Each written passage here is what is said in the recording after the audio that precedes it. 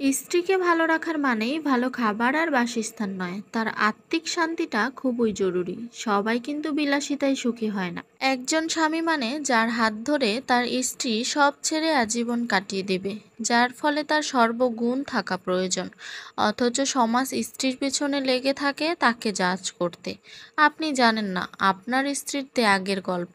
আপনার চোখে সে সর্বসুখী। এরকমটা হলে সমস্যা আপনার চোখের সাথে অন্তরেরও।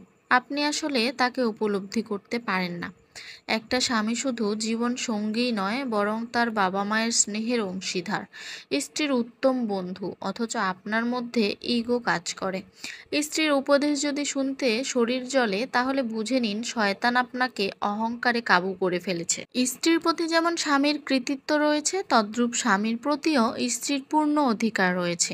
সংসার জীবনে কলহ তো আসবেই, কিন্তু সেই কলহের উত্তর দিয়ে যেন এমন কিছু বের না হয় যেটা সাংসারিক জীবনটা বিষাদ করে দেয়। জীবন কেটে যাবে, কিন্তু কষ্টের ঘা কখনোই মলম দিয়ে শোকাবে না। স্ত্রীর অনুভূতিগুলো তার হয়ে ভাবলে বুঝতেন তাকে। বিশ্বাস করুন, জগতের সব নারী ভালোবাসা, আদর ও আহ্লাদের কাঙ্গাল হয়। এসব দিয়েই প্রতিটি নারীকে সহজেই কাবু করা যায়। আপনি একটু ভাবুন, স্ত্রীর পরিবার থেকে কেউ আপনার বিরুদ্ধে কিছু বললে আপনি মারাত্মক চটে যাবেন, হয়তো কোনোদিন শ্বশুরবাড়ি পাও রাখবেন না।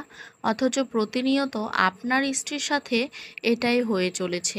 সেখানে আপনিই পারেন না ফ্যামিলি ছাড়া কাউকে আপন করতে, সেখানে তার উপর চাপিয়ে দেন কিভাবে? মেয়ে বলে? মেয়ে বলে কি মানুষ না?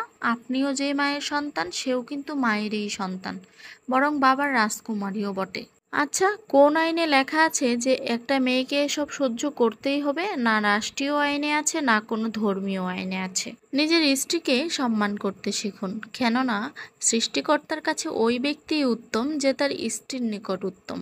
আমার কথা না, এটা হচ্ছে ধর্মীয় কথা। প্রত্যেকটা ধর্মেই এই কথা লেখা আছে। একজন স্বামীকে খুব বেশি সাপোর্টিভ হতে হয়। উত্তম জীবনসঙ্গী না পেলে জীবনে এত বেশি তিক্ততা আসে যেটা বলার মতন না।